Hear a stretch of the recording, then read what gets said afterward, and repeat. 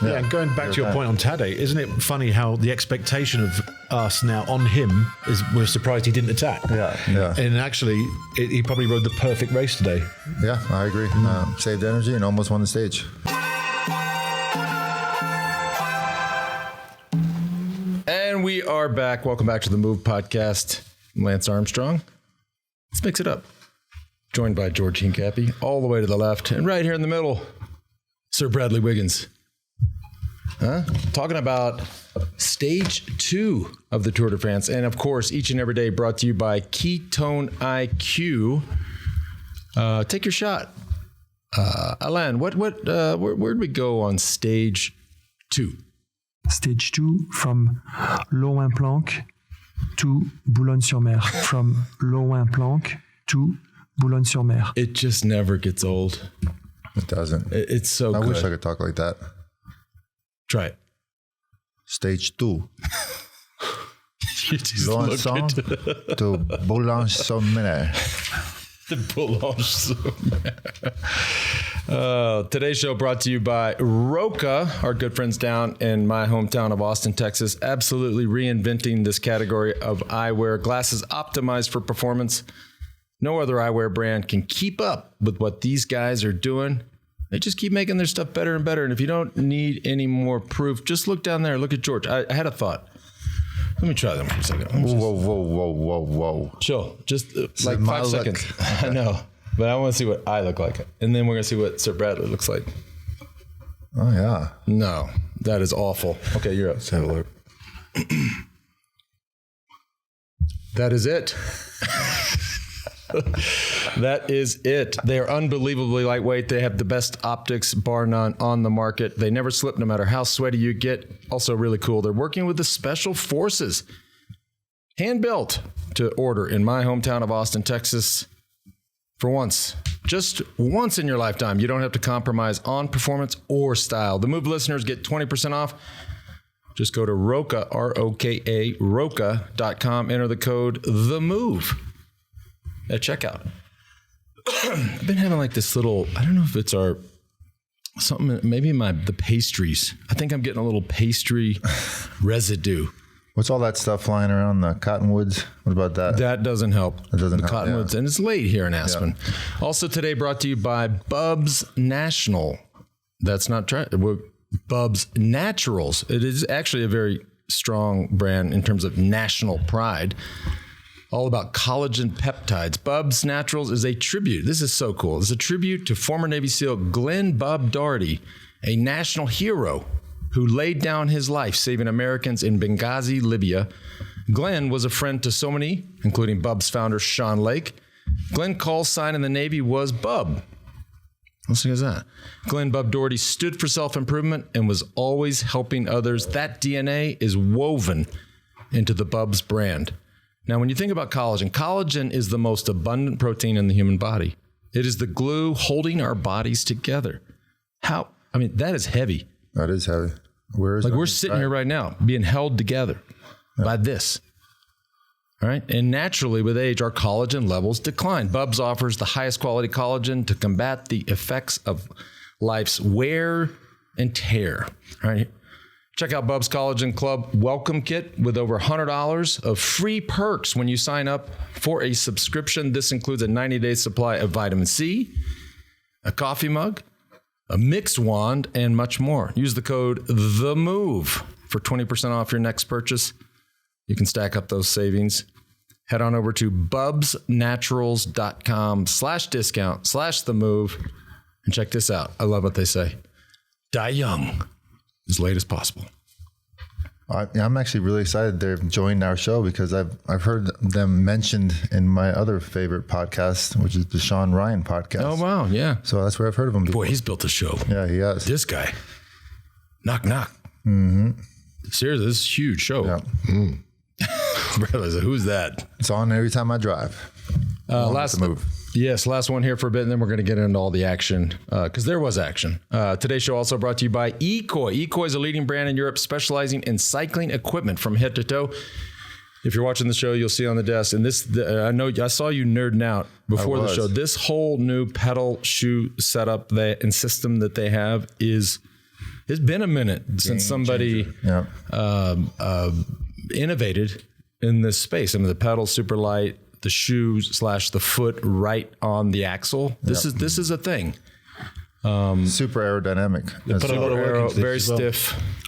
Ecoy is the most represented brand in this Tour de France this year. 4 teams: Israel Premier Tech, Lotto Destiny, Arkea B&B Hotels, who almost won the stage today, and Cofidis. Their products are available exclusively online at Ecoy, E-K-O-I, Ecoy.com. The entire Ecoy website is currently on sale until the end of July with discounts of up to 60%. It's hard to find better deals. Special offer with the code THEMOVE15. You get $15 off any purchase of $150 or more. Head on over to Ecoy, E-K-O-I, Ecoy.com. Stage 2. Well, the yellow jersey stays home, or at least the home of Alpecin Phoenix. Mathieu Vanderpool was not surprisingly, he was the overwhelming favorite. Whether you're looking at the pundits out there, if you're looking at the odds makers, which we'll get into here in a little bit, he was the overwhelming favorite. Sir Bradley coming into the run-in, 10K to go, 5K to go. You were convinced, and I think, good call. You were convinced that Pogi could get it. Tadej finished second, didn't he? So, but Vanderpool, dominant display, absolute dominance. From the front. Longest stage of the race this year as well. It's not the longest stage of the Tour de France ever. Do you know what the longest stage ever was? 1926, 99 years ago, from Bayonne to Luchon. They started at 2 a.m. The winner's time was 17 hours. Wow. And the last rider that day, Henri Tessier, finished in 22 hours. So a little bit different today, but nonetheless, the longest stage of this year's race, won by arguably the best classics rider in the world. That's right. Yeah. He's always on, seemingly. And it wasn't that many years ago where we had this almost debate with Johan to comparing Vanderpool and Wout van Aert. And as we went around the horn, I mean, myself included, thought that pound for pound, Wout van Aert was a better rider. He was exceptional in those years, but Vanderpool is just, he is so special. He's very special. Yeah, I think, like we all mentioned, he was definitely the clear favorite today. I thought there was some really standout performances by guys like Vauquelin, Julian Alaphilippe there at the finish, making some really aggressive moves, still finishing 5th place. Been a minute since we saw him at the front of a bike race. And we only have 5 Americans in this Tour de France, and we have 2 of them in the first group of 26 guys, Nielsen Pallas and Matteo Jorgensen, who's also really strong today. Played a key factor there, making some pace there for Jonas. I think a lot of people were surprised to not see Tadej attack at all on those climbs. What do you guys think? He doesn't need to, Vanderpool does he? was attacking. Jonas was attacking. I didn't love Jonas's attack, like right before downhill. Nobody's going to let him roll off right before downhill. I felt like he should have maybe held back there a bit, but he still finished 3rd place, right up there with the titans of the sport. So it was a great, super exciting stage. I think it just highlights what you guys talked about in the preview show, or really stressed in the preview show, is that this modern Peloton, they raced completely different. I mean, look how many guys. I mean, there was already a selection over a Category 3 on day 2 of the Tour. That never would have happened 10, 20, 30, 50 years ago, right? This is they're showing up to race for 3 weeks straight, and then as you saw at the end, I mean, 20 riders.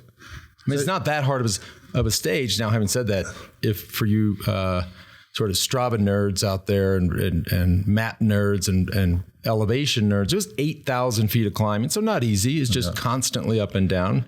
That's a lot. I don't ever want to go do a bike ride with 8,000 feet, but they just race totally differently. Just to back up that thing, every day counts. If you want to go back in the stage, rewind till, what was it, 25K to go, or Spencer, when would they hit the first climb? The lead out for the first climb was as if they were going into the Quaremont in Flanders, the Arenberg in Roubaix, Rochette-Falcon, however you say it in Liège-Bastogne-Liège. I mean, it was a full gas sprint lead out. Guys like Campernots and all these guys are doing a full gas sprint lead out, which, typically, it's a Category 3 climb, 30 some odd K to go to the finish. Not a huge deal. This was like all or nothing. Like, they needed their guys to be in the front, or otherwise they could lose a shot of winning the Tour de France on stage 2 on a relatively insignificant climb.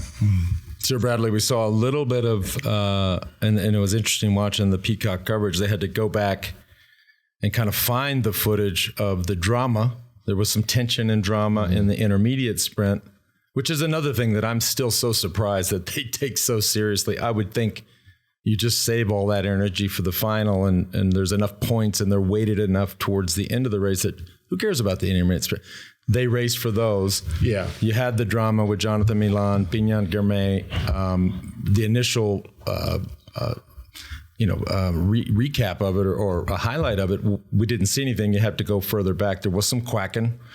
There was. I remember Mark Cavendish always saying that when they changed the point system for the intermediate sprints 10 years ago, I think it was 2012 Tour, he said you have to go for them now. Interesting. Because of the points that are available on them. If you don't go for them, you eliminate yourself from the green jersey competition. So that's why they're going for them. But yeah, we watched the sprint. Not much seemed to happen in the sprint. We couldn't understand why Milan was gesticulating, but when we did see the footage further back, it did look as if Milan was trying to push Biniam Girmay off of his own team. That's right. And then Milan lost the sprint to whoever he lost it to, but he got beat by Biniam and then didn't seem very happy over it. But he later... Total finish. Yeah. Yeah. I mean, yeah, like you said, did not seem very happy from what we saw.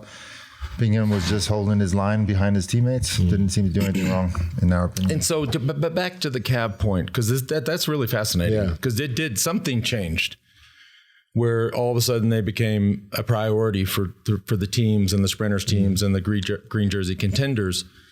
I mean, I guess they're not. I mean, maybe these sprints just take nothing out of them, or take so little out of them that they don't mind doing. I would probably wimp out and say, no, I'm going to save my energy. But well, I think I think that's a good development, though, by the way. The amount of points that are available on those intermediate sprints are similar to the points that are available at the finish line. And if you can't guarantee you're going to be there at the finish to contend the sprint for the points, as we saw Tadej and Jonas and Vanderpool, you need to, if you're thinking of green jersey in 3 weeks' time, you need to be racking up points as many as possible wherever possible. Yeah. And then the game's changed. I mean, these guys are not saving energy the way we did back in the day. I mean, they're racing full gas from kilometer zero.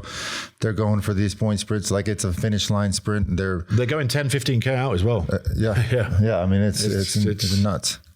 I mean, the top GC guys are up there battling it out for the victory today.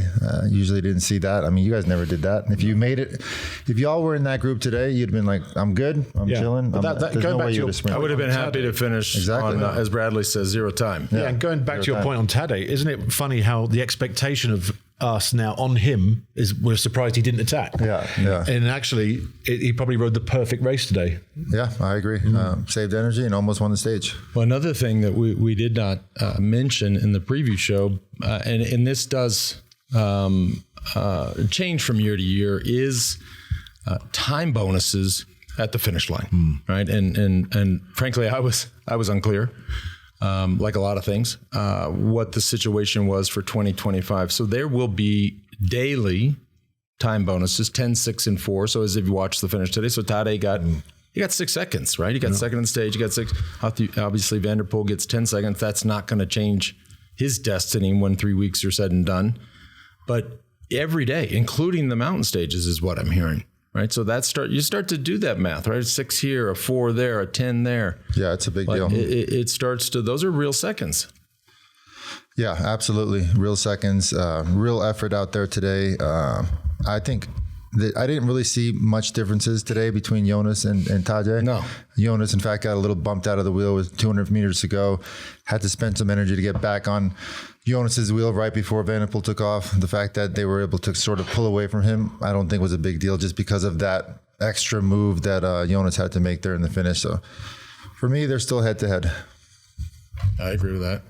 I think they're looking. Yeah, something about Jonas. I think he's. Well, we said it earlier or a few days ago. I mean, even he looks good. That's my takeaway. Another thing that's just over these couple days, and I just have to wonder if the bikes, and we see so much coverage of the bikes from a technical standpoint. I start to say there's so much evolution in cycling when there really isn't, but within the confinements of the UCI regulations, there's quite a bit of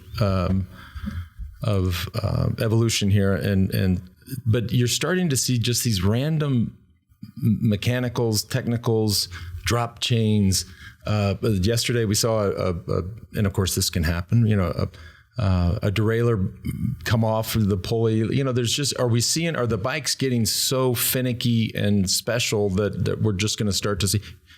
Most of the time it doesn't matter until it does. Yeah, you're right. I feel like there's a lot more mechanicals this year, and who knows whether they're trying to shave as much weight off as possible or making it as aero as possible and making it more, subjected to mishaps that we've been seeing in the last 2 days. What do you reckon, Bradley? Well, they're finely tuned bikes, aren't they? I would hope. They're akin to, you watch Formula One now and how technical the cars are, and the smallest problem can cause a mishap, and we're seeing that with the bikes now as well. We saw, Adam Yates having an issue in the last sort of 30k, and now obviously the done thing is to change bikes, because obviously the speed and timing it takes to change wheels and stuff. But because with the disc brakes, the disc brakes, there's no longer a quick release. No. So normally you'd be able to take your wheel out before the car got there to save a bit of time. The mechanic has to come with almost it's a modified drill that has the Allen key in it. They can do it quickly, but this is stuff you're cutting off an Allen key and putting it in a drill that you buy down at Home Depot. That's what they're using to get. Otherwise, like you said, the bike change. Speaking of the Yates brothers, they have not had a great start to the Tour de France. We saw them. It's all right. 2 years ago, getting first and second in the first stage, winning the Giro this year. These guys are key players for their respective leaders, and they're way behind right now. I did, as I don't read a whole lot of news out there in the cycling world, a little more leading up to the Tour. I feel like I should maybe try to learn a little bit, get up to speed, get into the present. I saw this headline the other day, and this is with regards to Mathieu Vanderpool, since he did win the stage today. And I thought of you, George. This is so good.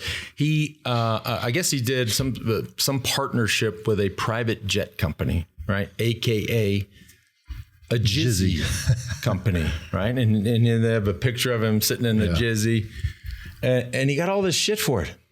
And people say, take the train. Yeah. Like, what? Excuse me? Yeah. Well, he commented on the fact that, look, he trains. Wait, so you saw the Jizzy ad? I saw the Jizzy ad. And you saw the flack he got for it? I saw the flack he got for it. And you weren't going to, you're too close. Too close. To the Jizzy sphere to bring it up. A couple slappers like Bradley and I have to bring it up? Yeah, that's coming from you, but it's a little too close to, okay. Well, anyways, he got criticized for this, for the Jizzy endorsement. What does cycling come to? You should all have Jizzies. Yeah, I agree. They spend so much investment in their sleep, their training, their nutrition. It's just part of their overall health and training. If you can do it, of course we're going to get help for there too after this, but. But we don't care. We don't care. But God forbid we got a new viewer. And if somebody wants to fly me home from Aspen to Greenville Monday the 28th, I'll be available. Oh, Lord. It happens. God forbid we have somebody new to the show. Right? Imagine day one. Dude, I tuned in. These guys are talking about jizzing and jizzies. They would have no idea. No. Right? This goes way back, folks. Yeah. And this private jets are jizzies. Motor yachts are yizzies. Yeah. This is George's world. Yeah. Bradley and I are on the train. That's right. Just chilling, commoners. Yeah. But anyhow, he got. I was shocked. Anyways, whatever. But he didn't seem to care today. No, what an incredible finish, and took the bull by the horns. Raced super aggressively. I'm not sure if people quite understand or appreciate, for that matter. You're sitting at the front of that peloton with 500-600 meters to go. You don't even think about getting on a wheel. You're in the front going, you know what? I'm going to lead this out from the front, and nobody's going to beat me. The amount of confidence he displayed in that finish, super impressive. And I believe it's not going to be the last win we see from Mathieu Vanderpool. Yeah. You know what else is? If you think back to the history or the evolution of this team, Alpecin Phoenix, right? This was a small team. It was. Now, the trajectory of that team, for whatever reason, he was aligned and he was loyal to that. It was a very small team. It was a cyclocross team. Started very small. He stayed loyal. He never left that team. You can imagine the offers he would have had. This is now, look at this. Think about it. And I bring this up because we've had 2 stages. They're 2 for 2. Right? Imagine the trajectory or the story of that team if Mathieu Vanderpool doesn't align there and stay loyal. Like, this is not a team we're talking about. It changed everything. No, I mean, they can go home today and be happy with their Tour de France. I mean, the last time we saw, thanks to Spencer, but the last time we saw a yellow jersey change hands from teammate to teammate was 2017. Geraint Thomas gets it early on, I think, in the prologue, and then Chris Froome gets it in stage 5. So that was the last time we saw the yellow jersey being traded off to another teammate. And then before that, did Victor Hugo and I trade it 2003? Oh, that's a good question. I don't know. See, I don't forget everything. Yeah, and looking at this profile, I mean, well, we got the time trial coming up in 3 days, but Vanderpool can keep the jersey at least for another 2-3 days. Yeah, especially with the selection. And there were significant time gaps. And we saw now you're starting to see people that will just never get the jersey. Yeah, and we talk about Philipsen obviously winning yesterday, Vanderpool winning today, but we're not talking about his team. His team was at the front all day today in a super technical, windy stage. I mean, but don't you have to be? I mean, you won the stage yesterday. He's the favorite today. We also saw the teams that missed out yesterday. Red Bull. They were all on the front. They got a licking last night from their directors, I would say. Like, what the hell happened to you guys? We saw it today. They were all really aggressive. Mosca at the front, but Primo still missed that first selection, which was very surprised. We were all very surprised to see that. He came back, finished in the first group, but I don't know. That was strange to not see him in there. I got a licking on the busy. Yeah. Busy. You see that? Bradley's like, what did I sign up for? Yeah. These idiots in America. I don't understand all the terminology. Busy. I understand. We don't understand yours either at times. Well, I know that. Ask. I tell you what, when all else fails, just ask me. Just ask. All right. Well, we are about to take a commercial break for our friends over at Peacock, which, by the way, is so cool. Be representing. Yeah, I got my wife at home watching the race. I came home yesterday and she's like, All of our friends are watching. Yeah. She's like, your favorite person in the world, huh? I was like, honey, this is Hollywood. Hey, just say that stuff. Like, baby, you know. Who were you referring to yesterday as your Me. favorite? Oh, you. That's right. Yeah. I was like, baby, you know. Anyways, we'll be right back. Quick break for Peacock. All right, welcome back, everybody. That's an adjustment, isn't it? Huh? It's just different. I kind of like it. It allows us to like regroup, give each other shit. Figure out the plan. Speaking of regrouping, I have a feeling I'm going to need to regroup because as we lead into these shows, we make some notes. Nobody can see it. It's like a whiteboard right there. Anytime it says any kind of surprise, especially a George surprise, I'm like, oh no. Yeah, no, I think this one was kind of played up a bit, but I wanted to mention some of the new standings. Lance's favorite jersey in the Tour de France is now being worn by Tadej, the best climber in the Tour de France. Okay, all right, so I can get behind that. The jersey is rightfully on the back of the best climber in the world. Okay. So interestingly enough, another fact that I wanted to point out, can you guys pull up this picture? Is the man who hates the jersey actually wore the jersey in the Tour de France in 2005. Ah, that's beautiful. Johan did not even know this. I mean, is our team starting to slip a little bit here? Because I feel like this is a really important fact. That is not the Tour de France. Tour de l'Avenir. That's Tour de l'Avenir. Tour de l'Avenir. Absolutely. Whoa! So you wore it, but look how proud you are wearing that thing. He loved it. Is that blue, is that a blue steel look, or is that which one is that? Magnum? How you doing? So bad. Check me out. Yeah, there we have it. You've worn the KOM jersey. I mean, it was embarrassing to be reminded and talk about, but to see it is just a whole nother. God. So why was Ocha the Tour de l'Avenir? Was that? I guess that was a semi-pro race. No, I thought it was 1992. It was 92. Yeah. It was we raced his Motorola in 92. Oh, okay. So was that before the Olympics or after the Olympics? After the Olympics.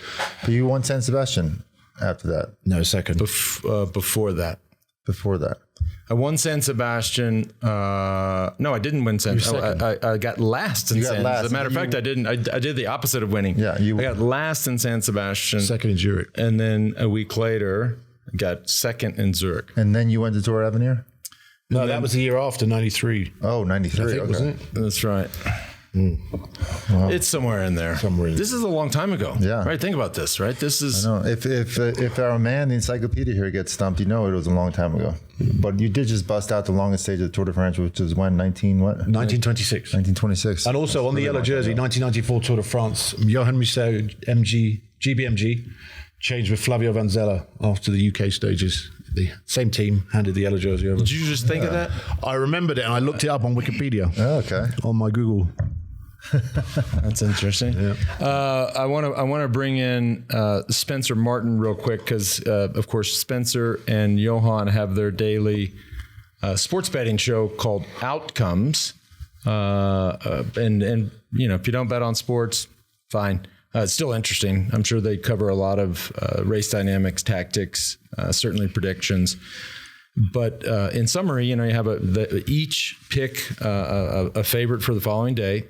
Sounds like yesterday they picked also a wild card, which would have been. We can break it all down. Spencer, you online there? Yeah, can you guys hear me? Loud and clear. I mean, you are like Spencer? 7 feet from us, but you sound like you're sitting right here. So let's walk the listener through this. And by the way, I mean, again, if you're not into it, cool. Go do something else for a second.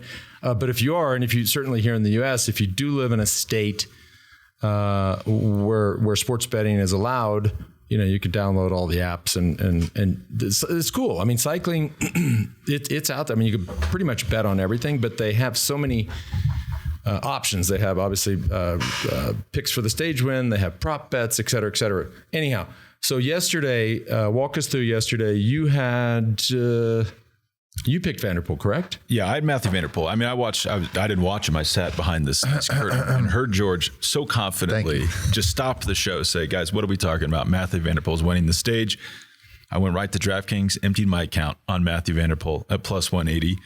And if you don't, like, that could be nonsense. Let's say a rider is plus 100 to win. That means if you bet $100, you're returned $200. You get $100 of profit. The implied odds there would be like a 50% chance of winning. So with Vanderpool at plus 180, that's almost tripling your money, and the implied odds would be about 35%. So if you think Vanderpool had a greater than 35% chance of winning, you should bet on him. I thought he had a far greater chance than that. So I bet on him. My partner, Johan Bernil, bet on Tadej Pogačar at plus 400. So think about that. You bet 100, you're getting 500 back on Tadej Pogačar to win an uphill finish. Pretty, not a bad decision. You rarely see Pogačar at that level. As they say in Talladega Nights. No, go ahead. What do they say? If you ain't first, you're last. Sorry, Johan. Well, yeah, you could, but if you wanted to, you could bet on him to finish on the podium if you really want to get deep into it. But the one we really want to talk about, Kevin Vauquelin. Yes, this is where it gets interesting. So he was priced, and I was surprised by this. He was priced at plus 8,000. So that means if you bet $20 on him, you're getting $1,620 back for a profit of $1,600. And he won stage 2 of last year's tour. He was second at Tour of Swiss. George, I'm sure you remember. We did the episode on it. We thought this guy is in shape. He's very good at these type of stages. I was shocked he was at plus 8,000. He was in the front group. We were losing our minds. We thought he might win. Yep. And really, we thought that he would attack. And this is what happened, but Joao Almeida's just too good at his job. And the favorites, Jonas and Tadej, would look at each other and let a group go. People were a little too frosty there. That didn't happen. I mean, I was actually surprised. Like Matteo, we haven't talked about him much on the show. Matteo Jorgensen, he was plus 12,000 to win the stage, and he looks good up there. And back to Vauquelin's, it feels like he burned some matches, 5 to 10 kilometers before that. I mean, to still get 4th or 5th on the stage. I mean, it's a perfect finish for him. So here's a question, just back to outcomes, and it's you and Johan. Do you guys ever, or what's y'all's rules? Like, are you allowed to pick the same person, or do you intentionally try to pick 2 separate people? Because that could be confusing. Like, if you both overwhelmingly feel about a pick, then you should pick the same one. We try not to. I mean, just for entertainment purposes. Okay. But like, for example, at the start of this race, I didn't feel like it would be violating my fiduciary duty to not recommend betting on Tadej Pogačar to win the race. So we both picked Pogačar. We try not to do it, but sometimes in extreme cases we do. I mean, sometimes too, like what was that, stage 20 of the 2023 Giro? I'm sure we all remember this. It was Primož Roglič, Geraint Thomas, 2 favorites for the stage. Let's say they were both plus 200. I was certain that one of the two would win, so I bet a lot of money on both of them to win. And I recommended it on the show, and I thought it was kind of like a free money machine. And then, of course, one of them won. Roglič did drop his chain, which I was freaking out about at the time, but it ended up working out. Yeah, and I love the wild card picks. Well, that's that. Spencer, what do you think about Roglič not making that first split today? George, this is not, I love Primož Roglič, probably personally my favorite rider. He's getting up there in age. He's nearing my age. He's closing in on me. But this is not the first time we've seen him, like in the first week of the Tour de France, not being always on the back foot. Remember last year, like stage 4 in the Galibier, he had to chase back on the descent. It just, I don't know. And we were talking during the stage, he said after the stage yesterday that they were napping and that's why they got caught out. But we all knew the crosswinds were coming. I don't know. It doesn't bode well for his chances of winning. And then also, did you see his teammate Florian Lipowitz seemed to be the one? Yeah.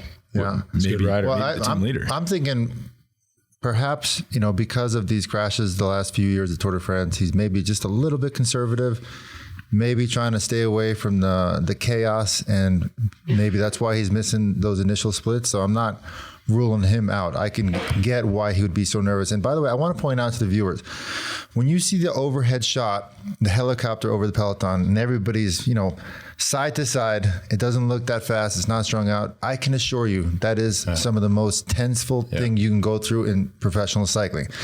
At any moment, you can be hitting the deck because you don't know what the guy next to you is doing, and they're going faster and faster. It's all spread out. So typically you'd think maybe not that hard, but it is the scariest thing in cycling. Road furniture, all that stuff. It's crazy. And the guys are they're texting me right now saying how scary it actually is. The guys from the Peloton. Yeah, my sources. That's sick. One of the quotes is like constantly seeing your life flash between your eyes. It's that scary. And it's those moments when the viewers are like, oh, it looks pretty chill. They're all spread out. No, I can assure you that is as scary right? as it gets. In the races, Bradley? Yeah.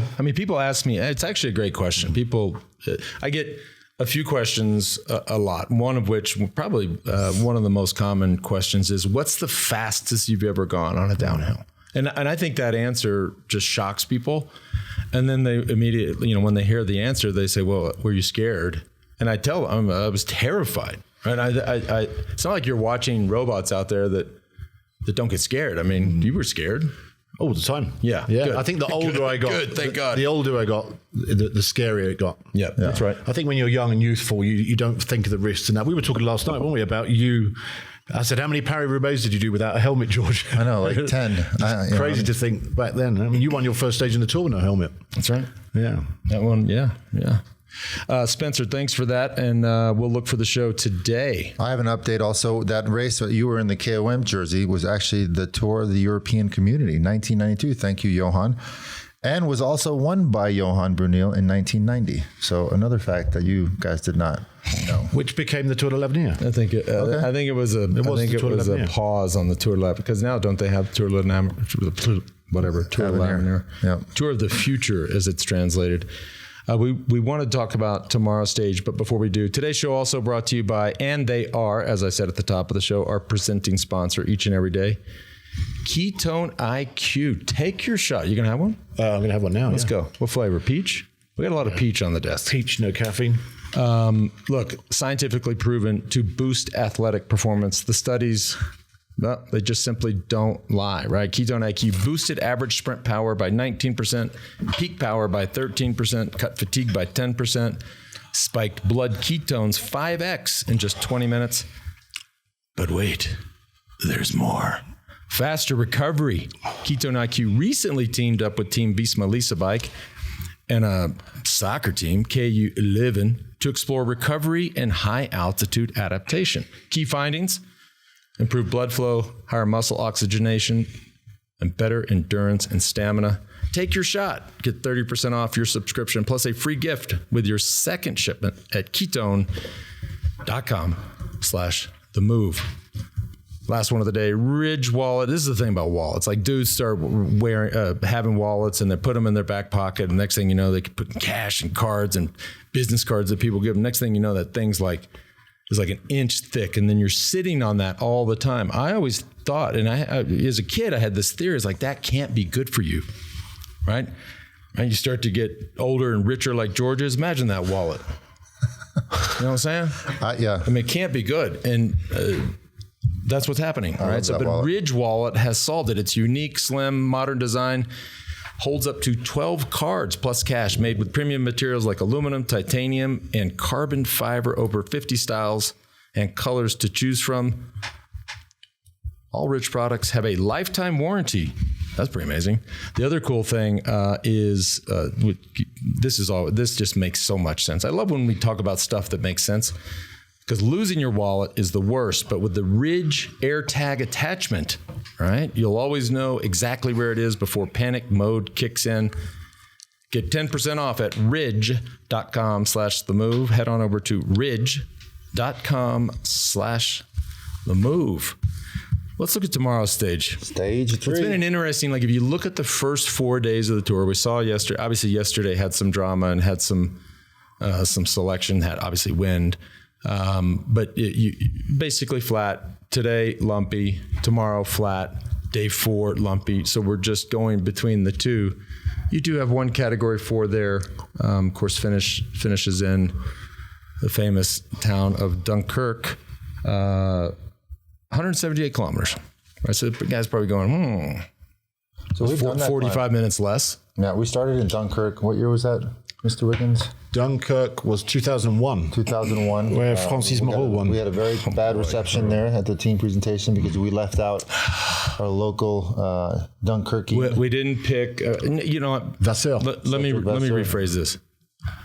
Johan didn't pick. Cedric Vasseur. They were booing us, throwing shit at us. Yeah, they were not happy. And we were like, wait, we wanted... motherfuckers. Hey, we're not allowed to say that. Oh, yeah. Beep, beep. Boy. Yeah, that was... and you know what? If you remember correctly, there's some... Love you, Johan. It looks like a flat stage, but it's windy, open.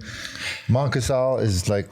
No joke either. And you were debating or curious if the side that they're going up is cobbled. I feel like we would have read about that or knew about that. I just asked Johan. A lot of these roads, though, are from Paris-Roubaix. Yep. We go through Orchy, which is, of course, the sector from Roubaix. We don't do the sector of cobbles in Orchy. Yep. But Valenciennes, all this area, so it's all small, twisting lefts and rights. And you know how I knew the section of Orchy was coming? It was next to the motorway, wasn't it? Next to the motorway. What else? The big roundabout before you came into What else? The Mickey D's, McDonald's, baby. McDonald's. Americana coming in. One of the hardest sections of Roubaix. There's the McDonald's. And I go, I'm hitting me a hamburger after this race, no matter what. I always remember that. True story. It looks, I always love looking at the weather. Just my little own Troy Kimmel moment. The rain appears to be stopping before the stage start. However, the wind does appear to be serious, right? And I have to go look at the map. But out of the north, gusts of up to 34 miles an hour. I do know the stage is pretty directional. If you look at the stage map. So yeah, it's and it is cobbled. Johan said. So I remember. it is. Okay. It's not horrible cobbles, but still. It's brick. Clinkers. That close to the finish. I remember the climb. I mean, there could be some damage. Spencer, Johan, what do you guys think? I don't know. Well, Johan's not on here, but Yeah. Well, he's been texting me, so I'd like to know what he thinks, because Spencer, thoughts? if I remember correctly, it was kind of tough. Yeah, I think it's a bunch sprint.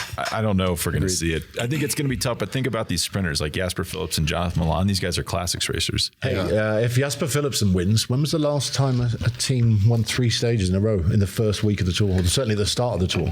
You know, it's a great question. I'm not sure why you're looking at me, because I have no idea. Bradley, I don't think any non-national team has ever won the first 2 stages. Oh, really? Before. I don't ever recall that happening or seen it in my history books that I read every night. Now, another thing, as I stare at the map, because the wind is projected to be straight out of the north, this would neutralize the race.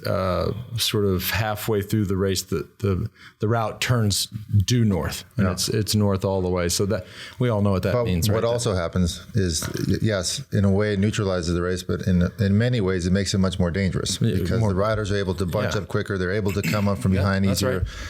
Makes much more prone to crashes, unfortunately. That's right. Before we go, a couple more things. The Ventum Daily Trivia, right? So yesterday the question was about how many times the Tour de France has taken place within the country, right? 17 times. That doesn't seem right. 17 times. Does that seem right? The answer is 17 times. Question for stage 2. That's today's question for the Ventum Daily Trivia. What was the distance of the longest ever tour? Now, you earlier said the longest stage in history. Now we're talking about the longest ever tour. That's good. That's a good one. And we know it had to be a while ago, right? They've just gone shorter and shorter. And I think today is a good representation of that, actually. Like, longest stage of the tour, 210 kilometers. Back in the day, we would have been like, awesome. We were doing 250, 260. Everybody's like, fuck, whoops, I said it. Oops. Do we have to ride that long? Before you know it, I'm going to be the only one on Peacock and NBC. I'm going to have my own show. Wait, don't say the answer. Okay. But look at that. Yeah, it was a long hint for the listener. It was a long time ago. Okay. And then last thing before we let y'all go, we got a fun photo here sent in from some fans. They saw Bradley's shirt yesterday. Look at the guys and gals here. Yeah, I love it. This is a family pic sent in by Matt right, at the Hobbiton in New Zealand. Now, I didn't watch any of these movies, but it's apparently a famous bridge and house, whatever that. Used in The Hobbit. The Hobbit. The Hobbit. Anyways, a family pic at the Hobbiton in New Zealand. Uncle Dave, who's the tall one in the middle, is currently going through cancer treatment and is winning. So go get him, Dave. Dave's strong. They are massive cycling fans that have been listening since Lance started the show. And they especially listen now that it's no longer just Lance. Thank you, boys. Now, go back to the picture. I love the family, right? Everybody. Let me talk about what's going on with the little kid, 3 from the right. I mean, did he not? The poor kid didn't get the memo. I think he's just there's chilling. I always thought this was bullshit, like the black sheep of the family. He obviously doesn't have a T-shirt because if you notice the T-shirt under his jumper, He has a T-shirt. It's a different color. It's a darker blue. It's a darker blue. I think so for Matt shadow. and Uncle Dave, we want to know what's up with the kid 3rd from right. He's got one eye as well.